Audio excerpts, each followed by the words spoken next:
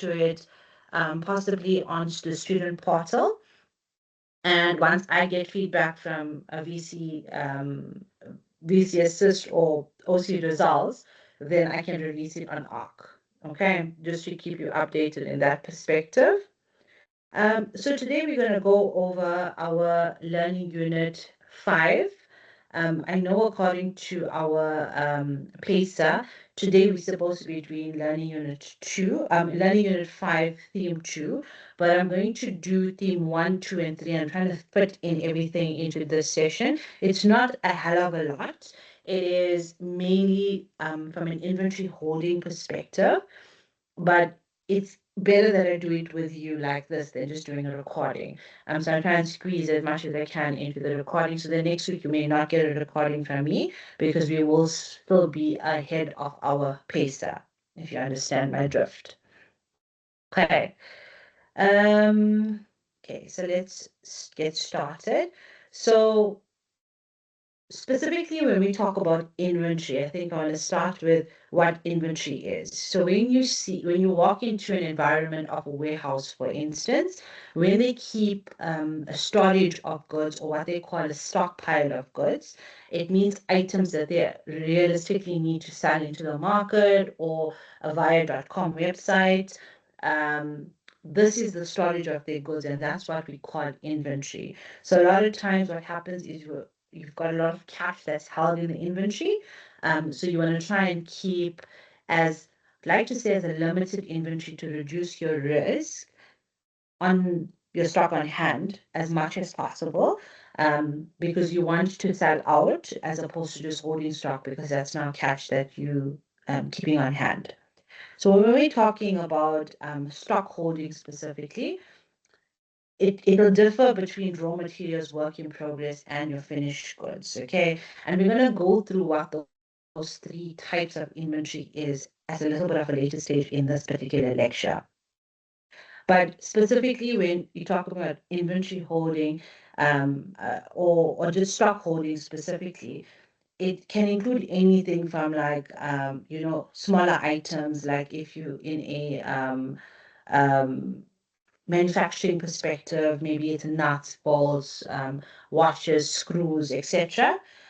Or it can be large items like machinery, the parts for your specific machinery, and anything that you need to assemble a product per se. So it's not necessarily the end product, but it's the items that you need in order to manufacture or to complete or assemble a finished product. Okay, so that's where your stock holding perspective comes into play.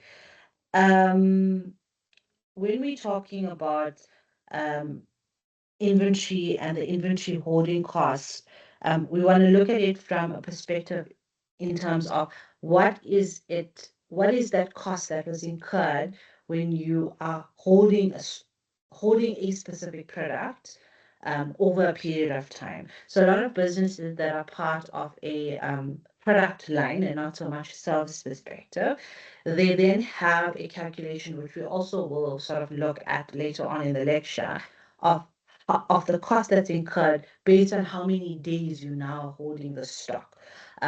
So it basically pushes the business to get rid of that specific inventory within a certain time before it becomes too expensive to now hold it, because you now have exorbitant storage costs.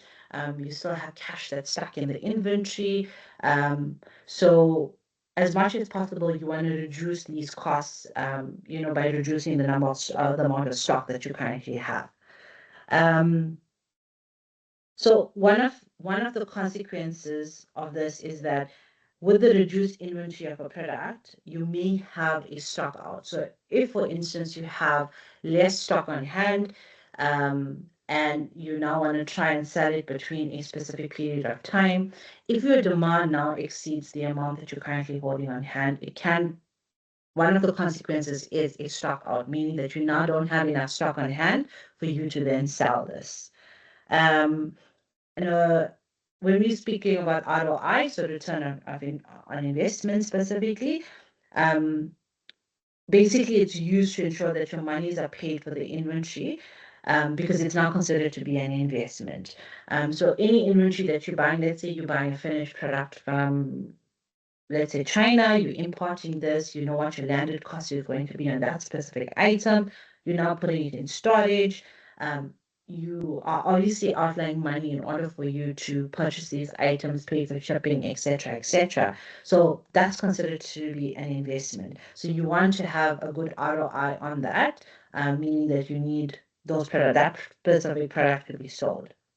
Inventory in transit. So basically, when we're talking about when it leaves your specific warehouse and goes to the customer, that specific inventory is called a pipeline inventory because it's now, in layman's terms, it's in the pipeline of getting to your customer. So you take it out of your stock on hand and you now put it into your pipeline inventory. Once it's delivered to your customer, it's now completely off your inventory list and it's considered to be a sold item. So that's basically a very high level overview of what holding inventory basically means.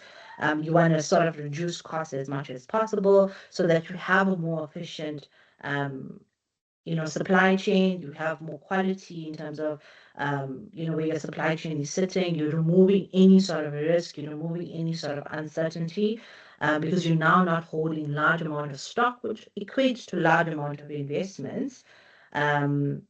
And your business, basically, your cash flow ends up being a lot more better and more streamlined. Okay.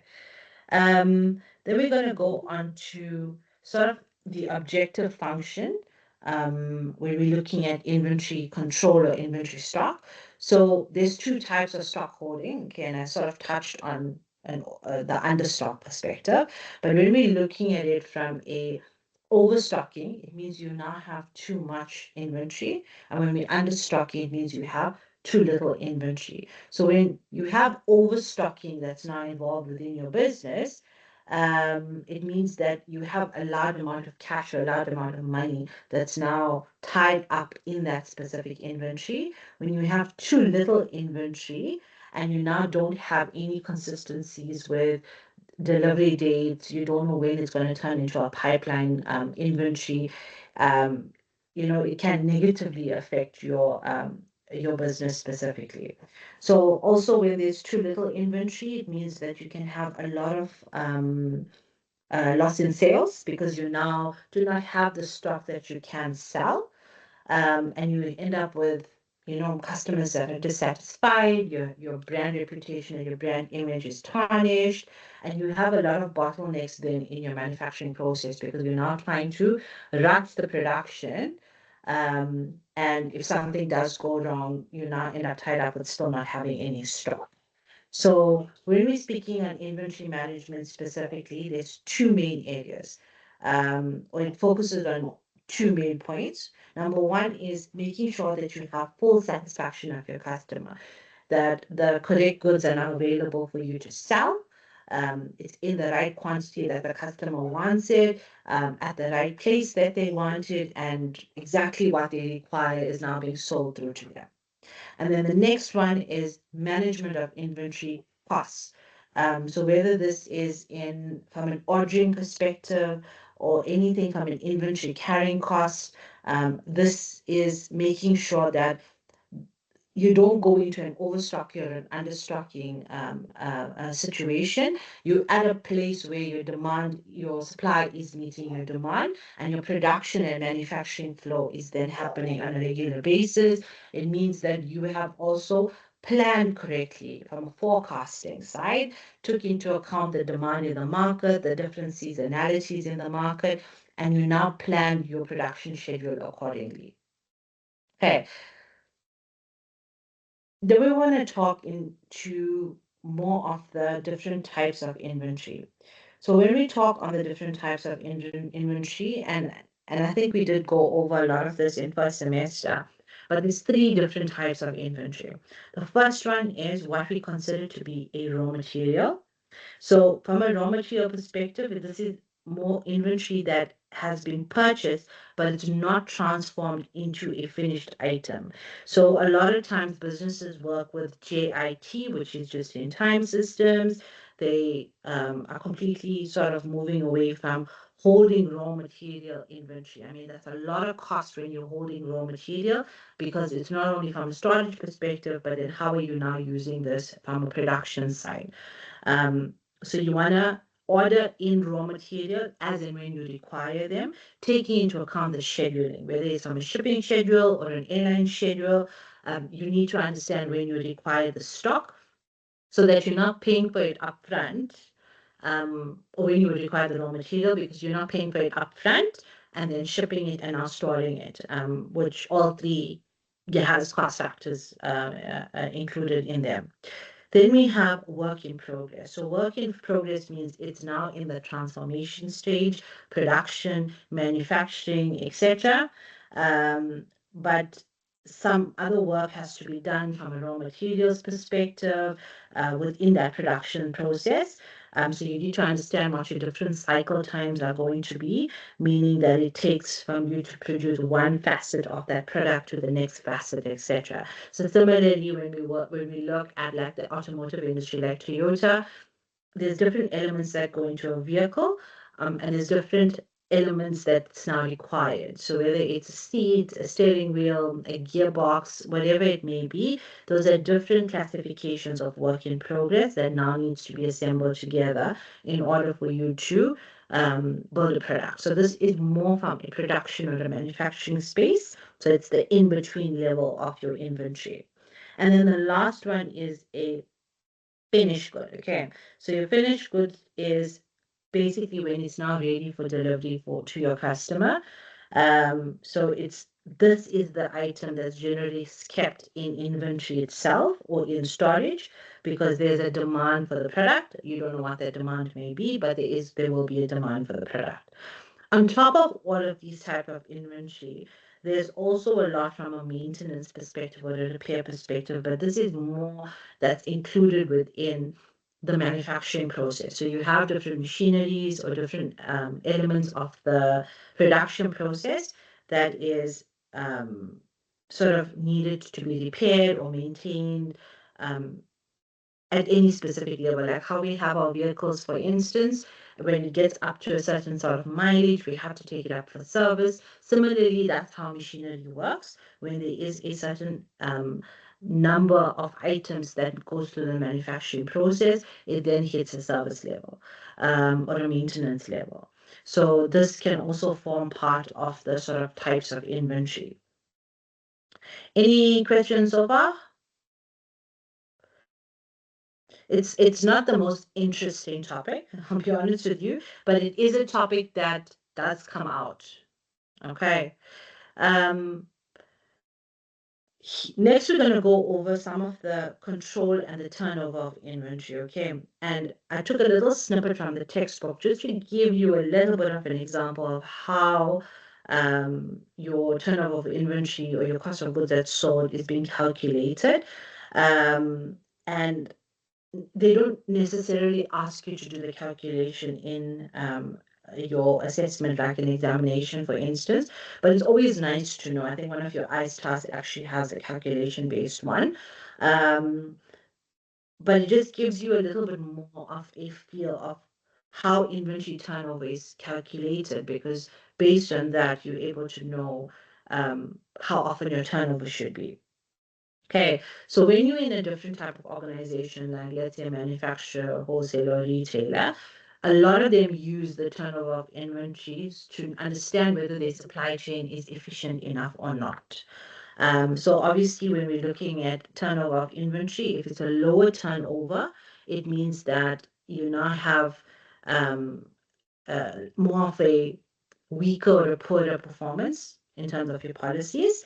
And then if it's a higher, it's obviously vice versa. So inventory turnover specifically is calculated by using the cost of goods that's sold divided by your average inventory level. So I'll go over the example very quickly, all right? So this is a company called Easy Rider Bicycle Company, and they basically produce racing bicycles for all major racing events and top riders.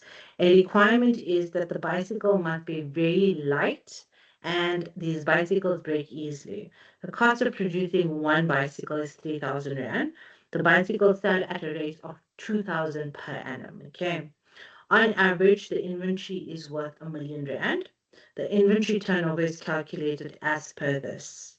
So the cost of goods sold, which is your unit cost, right, which we know is 3,000 Rand per bicycle, times your annual sales. So they did tell us that they sell 2,000 bicycles every year, and that gives us 6 million Rand. Okay, so that's the cost of goods that they sold.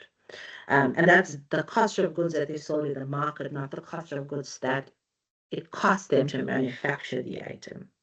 So when we're looking at turnover specifically, we're looking at what the cost of goods sold is going to be, which is 6 million, divided by what that inventory number is valued at, which is R1,000,000, which means that they have 6 tons per year.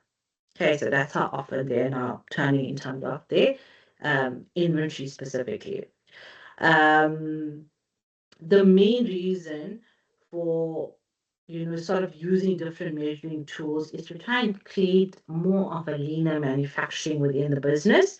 So whether you bring in new technologies, anything from a continuous improvement perspective or a marginal improvement perspective, especially from a production side, you try and pull this out as opposed to just hiding behind high inventory levels, etc. So you want to be able to use that specific formula to understand what your inventory turnover is then going to be. All right. Then we go into a little bit more of more in detail in terms of the calculation, all right? And you can go over this in your textbook as well. I mean, I've got no issues. There's actually multiple examples that they now share in the textbook specifically. So a very good measure is given when turnover is done by category of inventory held, which is raw materials, work in progress, and finished goods, which is the 3 types of inventory that we've already discussed. As an example of computation, let us return to the Easy Rider Bicycle Company. The assumption is made is that 250,000 of the average inventory is finished good, a further 250,000 is raw material, and then the 500,000 is work in progress. Okay, so that gives us the R1,000,000 inventory cost for the year. So 250 of it is sitting in finished goods, meaning it's now ready to be delivered to the customer. The other 250, it means it's sitting in a raw material space. So maybe it's a tire or a wire or a gear, whatever it may be, or a nut or a bolt. And 500,000 is now sitting in the manufacturing element or the production process element. A further assumption is made is that labor costs and overheads to transform the raw material into finished good is 2 million. The figure specified can be used to calculate what work in progress turnover is going to be. So we look at the manufacturing cost, which they now told us is 2 million Rand, divided by what our work in progress inventory is, which they also said is 500,000. So you now have 4 tons a year in terms of work in progress. Then we go on to what we call turnover of raw material, and very similarly, we use where they made an assumption that the price of the material is 2.5 million. And then they already told us that 250,000 of that raw material is now sitting in, 250,000 of that cost is now sitting in raw material. Then we now determine that we have 10 tons a year. And then finished goods, very similarly, you take your finished good overhead, which they set to us is 750, and then 250 is the finished good inventory cost, which now gives us 250, and we now have 3 tons a year. So that's how you now calculate the tons per type of inventory. So work in progress, raw materials, and then finished good. And then we've obviously also went through the inventory tons for the year. So it's really simple. I think from your perspective, go through the different calculations. There's different case studies that the book does give you, the textbook does give you as well, just to understand how the calculations are worked. It's very nice to understand it. Although it may not come out in an examination or in an assignment, it's always nice to use this as an indication of how to get to a specific point. You know, when you're speaking about the different turns, it shows your moderator or your marker that you understand how inventory is now work and how it's being calculated as well. So it gives everybody a very nice high level understanding that you do know exactly what's happening when it comes to inventory. Okay, then we want to go into the different methods that's used to utilize stock specifically. So when we're talking about stock, the lower your inventory is from a supply chain perspective, the more flexible your chain then becomes. So you want to look at reduction in terms of how much of storage of stock that you have, because it does cut down a huge cost within your business. So how can we now reduce this cost, right? How can we utilize the cost from a better perspective? The first one is something called the two-bin system. So when we look at the two-bin system, each bin contains the same amount of parts that can be used to manufacture a finished good.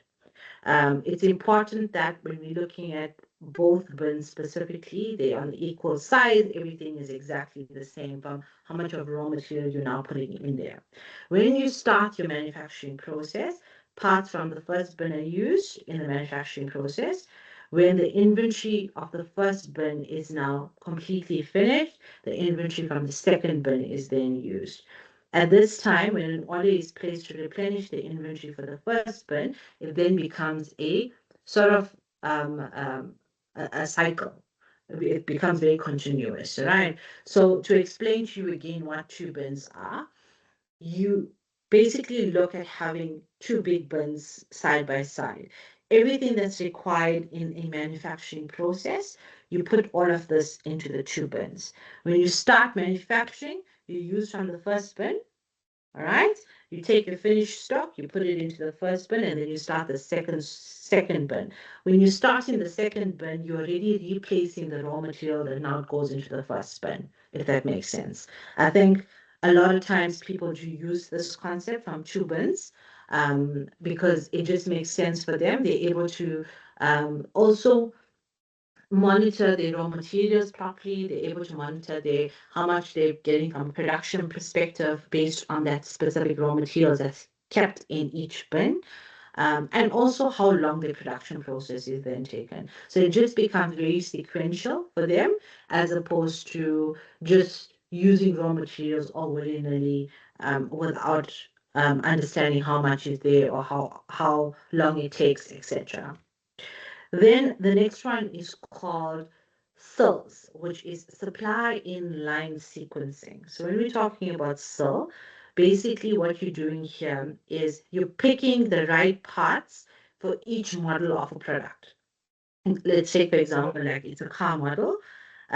Instead of sort of like all the parts are delivered to match each model as it arrives on the line, SILS allows like a specific car maker to have flexibility to assemble two different models as opposed to just one model on the same line, according to the demand on the market. So let's say, for instance, Toyota decides or VW decides to do a Polo and a T-Cross, for instance. Okay, I don't know if I'm right in what I'm saying, but okay, let's just say this that I am right. They decide to do two different models of a vehicle. It's now using raw materials or different parts that go into both of those on the same assembly line, as opposed to using one assembly line for one model, but using the same raw material, if that makes sense. So you're basically supplying it in the same line, in that sequence, on two different models, as opposed to doing it per model. Okay,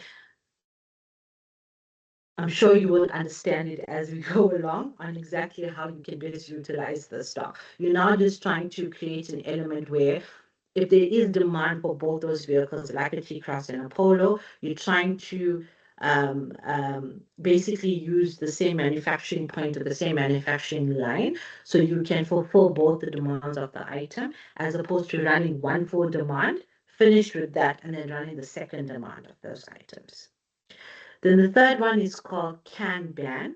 So Kanban is a card or a technological device that if you at a particular station in your manufacturing process, they use this card or technical device to communicate the demand for whether you need more material or more work from the station that now comes after it. So you're now pushing communication through to the next manufacturing line or the next station. So TPS or Toyota Production Systems, they use a lot of this, where they try and communicate the materials that's now required to the next line prior or in advance. So it becomes a lot more easier for them to plan themselves to complete the production of that specific product. And then the last one is what we call milk runs.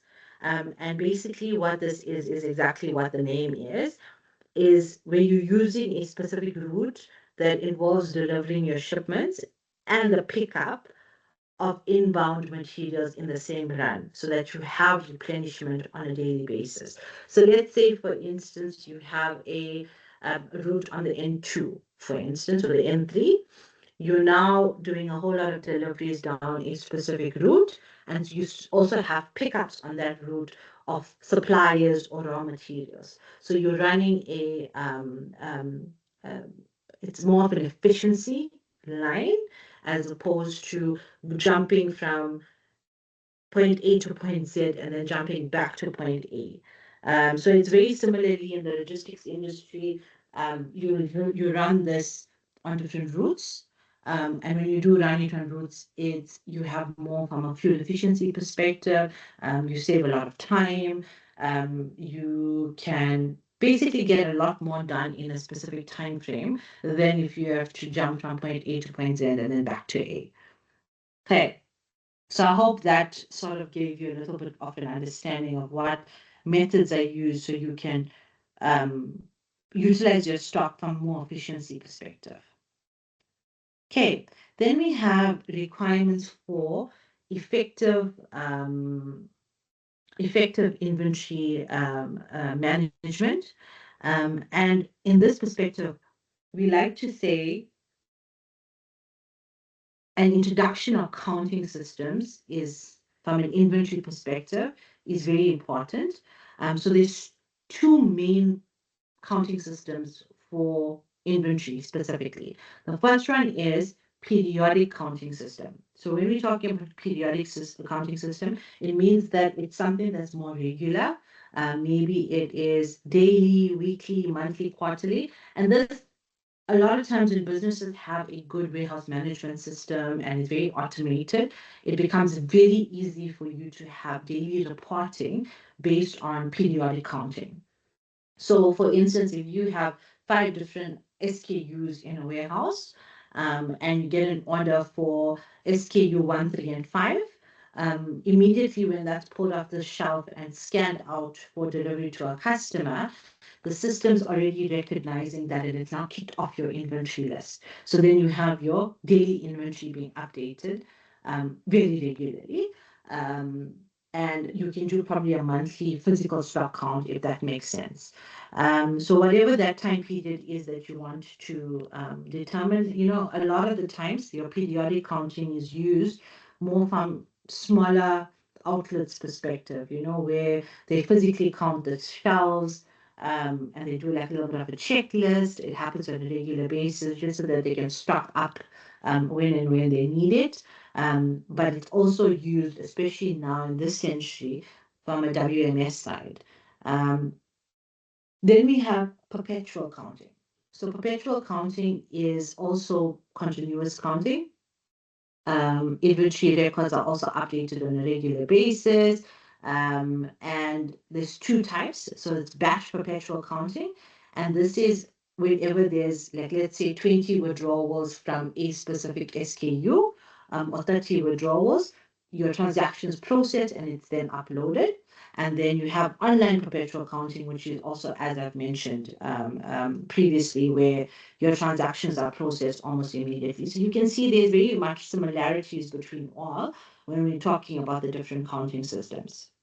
Then the next one is the need to make sure that your inventory is as accurate as possible. Basically,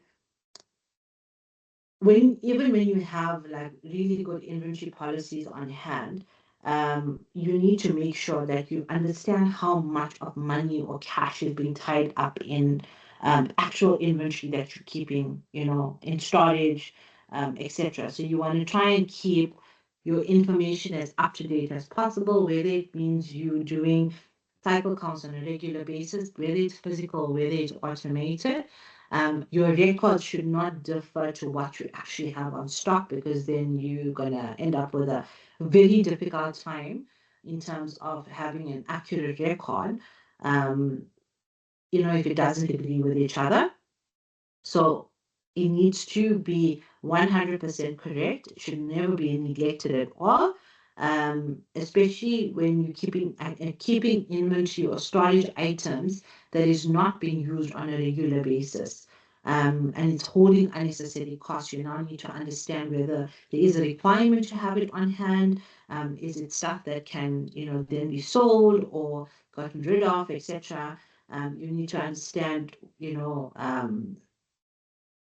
from an operations perspective, what is the range of error that you can have, because you need to now write off stock that doesn't appear on the record specifically. So there's a lot of tick boxes that you have to do to make sure that your inventory is as accurate as possible and your systems are tallying up to what your piece of paper in terms of your physical count is now saying.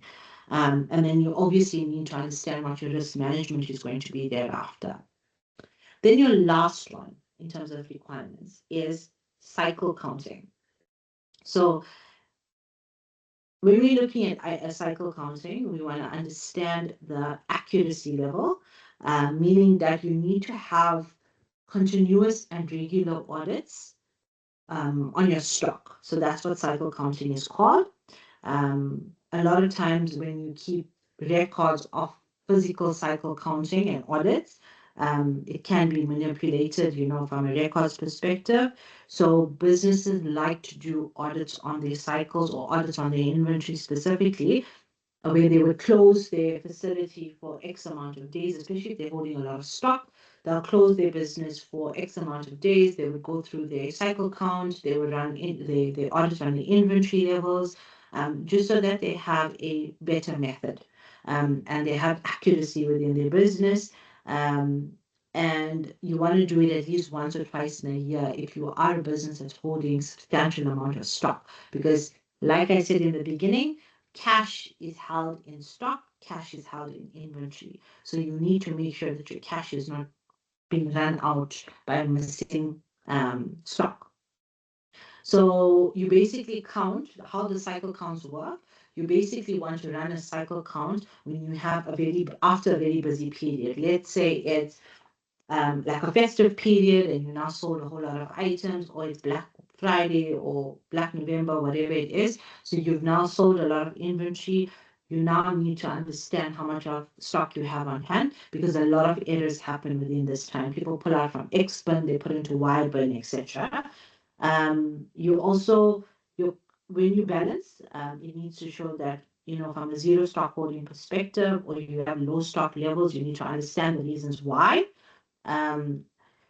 You also need to ensure that you have accurate records of it, so that you're showing a positive balance.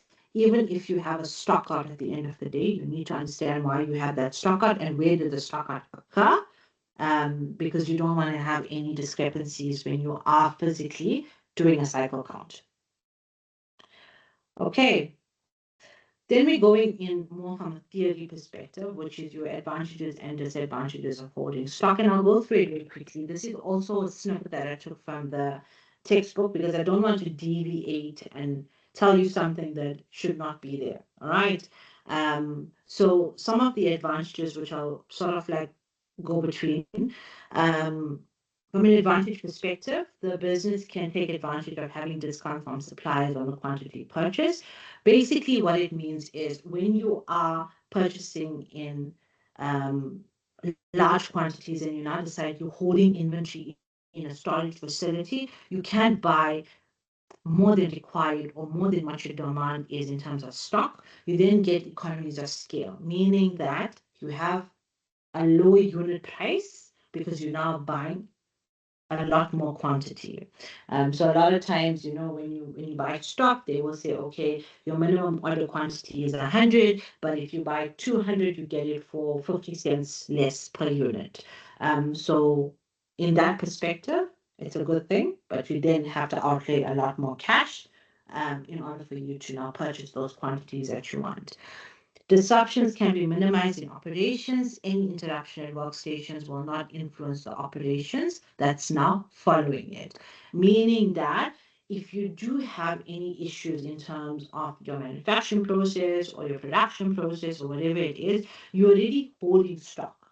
So there is an easier way for you to recover as opposed to if you were buying stock from a just-in-time perspective, you can't run the risk of making any errors at all because you now have no stock or no raw materials at all. Unexpected demand can be met, and I think that is sort of goes without saying. You can push your production as much as possible because you have a lot of stock that you're holding. Some types of inventory form an integral part of the system. Without that inventory, the system will be unable to operate. And this is from a raw material work in progress and a finished good element where it does 100% all three form a very integral part of the system and that supply chain. Management can detach operations. Buffer stock can be placed between operations to achieve this goal. So buffer stock is basically safety stock. So if your demand is telling you 100 and your supply is 150, that 50 then becomes your buffer stock or your safety stock to cater for any not forecast demand. Then it can cater towards that. The reduction of setup times can be achieved because you now have sufficient stock holding. Every cost will be reduced as a result.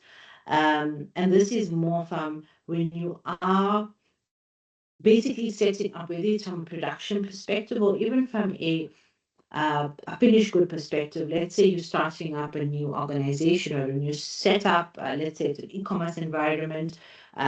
You now have sufficient stock where you don't have to have a full up setup time that's way in advance because you do have enough stock to now carry you where your production process doesn't need to run for too long. You can set it up because you don't have a specific production schedule that you now need to run by. Inventory can be utilized to hedge against inflation because you've already bought these items. So it doesn't really matter from an inflation or an interest rate perspective, because we all know that that then affects your dollar rate, etc. So if you are importing, that does hold a huge controlling impact, especially when it comes to shipping costs. Opportunity cost is incurred. It's a result of money tied up in too much inventory and no money being available to buy new technology. It is true, and I see this more as a disadvantage than an advantage because you obviously want to be at the forefront of technology and innovation, especially if you're in a manufacturing environment. You want to be able to understand that if all your money is not tied up in having stock, you don't have money for innovation at the end of the day. Then when we look at disadvantage, there's a risk that inventory items can be damaged. The larger the inventory quantity, the greater the risk of damage. I mean, especially from a South African perspective, we had flooding, looting. There's a lot more risk that makes the business a lot less resilient and very agile at the same time because it's allowing for you to keep that stock and then run the risk of it. I remember when looting happened, a lot of customers that I had at the time had a lot of stock on hand, which resulted in it being looted or even the flood had damaged it. And based on that, insurance claims didn't get paid out at the same time. Some didn't even get paid out at all. But it does take a long time for you to now get your money back. And it's not necessary that you're going to get all of that money back because you now have to prove what your blood type is in order for you to get paid as well. So it is a huge risk to hold that much of stock. I know people switched their operations to maybe somewhere that was a little bit more politically stable, for instance, where they ran a little bit of a lower risk in terms of holding that specific inventory. Obsolescence and depreciation causes loss. If large amounts of inventory are held, it can cause losses to the business. And when we're talking about obsolescence and depreciation, it's more so if you have an expiration date on a product, for instance. If you're holding too much and your demand is not up there and you're not selling it, you now consider that product to be obsolete. You cannot sell that product to anybody, people will not buy it, or if it's a machinery or a tool that has a depreciation value, very similarly, you will not be able to sell it if you're not holding it for an extreme period of time. Inventory hides process problems. It is true, it does hide process problems. It means that if you do have something that's not working in your business itself, because you have too much of inventory, you're not seeing that there's a process problem or a strategy that's missing, etc. Many types of costs are incurred when there's a large amount of inventories that's capped, and I think we did discuss this in point one. The more so is the risk, um, which is a cost factor, because you're not holding too much of stock. Inaccurate inventory records can cause low productivity. It's caused by searching for misplaced inventory. So when you do have multiple numbers of different SKUs, you now have specific places for these items. If SKUs are not in the correct location in your warehouse specifically, it can cause for inaccurate inventory records. So, for instance, if you're in the retail sector and you have black t-shirts, you have black t-shirts in the small, medium, large, XL, for instance, and now one of your large black t-shirts ends up in the blue medium t-shirt pile. It's showing that it's on your stock count on your online website or your online site, but it's nothing is sitting in that specific bay in terms of that SKU. Now, for you to have to go look for it in every other bay, if you're sitting with 1,000 SKUs, it can take a lot of time, as opposed to if you're dealing with smaller quantities.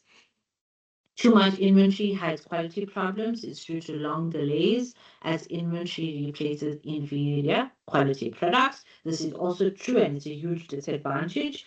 When you have too much of inventory, you tend to sort of skip the quality check process, and you're like, okay, fine, no, this is damaged, let me throw it one side, let me go to the next one. So similarly, you end up throwing away money unnecessarily. Flexibility in the process is jeopardized. New technology cannot be utilized, as obsolete inventory must be utilized before it can be replaced with the latest material. So this is obviously, from a innovation and a tech perspective, and we're talking about it as a last point in the advantage column. It is You cannot now move on to having different or new technologies because you need to sell what you currently have in order for you to now move on. If you've got all your cash tied into inventory, it's very difficult for you to now get the latest tech and the latest machinery to now push it into the production process if you're not now selling anything. Okay. So that's basically covering your advantages and disadvantages of holding stock. And here I just wanted to make note for you guys, right? So this is it's actually on ARC as well, if you're looking at your different case studies, etc. But it's how to calculate for different inventory management. So we looked at turnover, we looked at the raw material turnover, your work in progress turnover, and we looked at your finished good turnover. But look at your economic order quantities, your basic economic order quantity, your economic production quantity model, and your quantity discount model. So I sort of want to leave you a little bit of homework after the session to go through these and find the examples in the textbook or go into ARC under this specific module or this specific learning unit to work through the case studies of understanding how these calculations are then being done, because it allows you to understand how much of inventory is required, what then becomes the unit price based on the example that's given, how do you now calculate the turnover rate, how do you now create how much needs to go into production in order for you to get X amount from a finished goods side, what's the discount that you require, etc. And that's basically covering us from an inventory perspective. The most important points from here: advantages and disadvantages, 100%, the requirements for effective inventory management, the methods used, very important, and then the different types of inventory. That is something that you need to learn, you need to understand, because I can tell you for sure, inventory at some point, especially from an assessment perspective, 100% ends up coming out. Okay, so I hope everyone sort of understands or has a very high level overview of what inventory is. Is there any questions so far from anybody? Okay, good. Perfect. Okay, I think we even have a few minutes to spare, which is good. So next session is a recorded session. I will not share recording because we obviously did all three themes in this session. I don't want to split it because it just made sense to do all inventory together. And it would have been a very short lecture if I didn't. Next live lecture, we're doing Learning Unit 6. And I'm going to see how that works out as well when I'm doing the slides, just to understand whether I can group it together so we can cover as much content as possible. My aim is at least the last live lecture of the session to keep that as a support session for you guys. We go over sort of like the do's and don'ts for the examination, anything that I sort of foresee or think may come out, what you should be focusing on, etc. But I mean, I feel like we just started the semester and we, I think, on lecture 7 or 8. Um, the time's moving really fast, unfortunately. So any questions, guys, please let me know. As I said, I think by later Thursday, you should have your results on your student portal. When I get the thumbs up, then I will release them on ARC. Okay, have a good evening. All the best. Thank you. Thank you.